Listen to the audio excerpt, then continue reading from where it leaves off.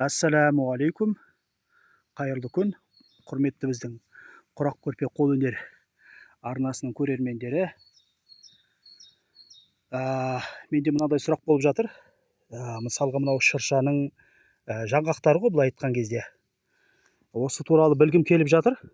Осыларды мына малға жем турайтын дробилкиге жемге қосып турап жіберсе, малға жеуге болады ма, әлде болмайды ма? Жалпы өз тәжірибесінде осыны жүзеге асырған шаруалар бар ма екен? Осы туралы ақпарат білгім келеді. Неге сұрап жатырмыз? Себебі мен бұндайды көп кездестіремін. Мысал ретінде тегіннен тегін шашылып жатыр.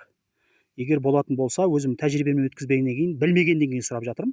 Осыларды алып жемге қосып тура жіберсе, бір жағынан жем көбейеді, екінші жағынан малға плюс дәрумен бола ма деген ой ғой.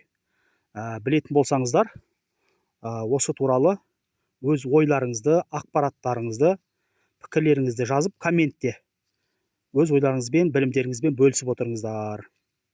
Көп рахмет. Мен ойлаймын, жалғыз бұндай сұрақ менде ғана туындамаған шығар.